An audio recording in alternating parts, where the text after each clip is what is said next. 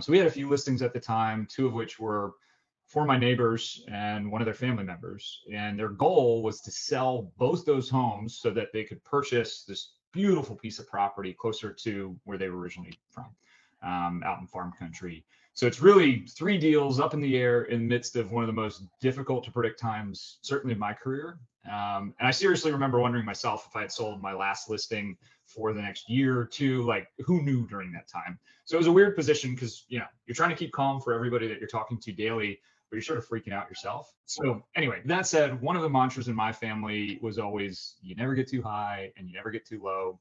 So during our daily calls, conversations, I just tried to remain resolute to that fact and tell these guys, listen, we don't day trade in real estate. And while the whole industry is going through the same thing, no one's going to penalize us for days on market. And now we know in hindsight that, especially here in Charleston, the market exploded.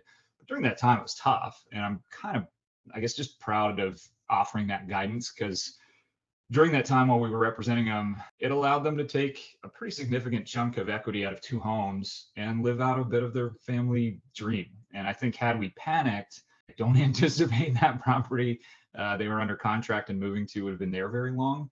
And it just meant so much to them to be able to make that move.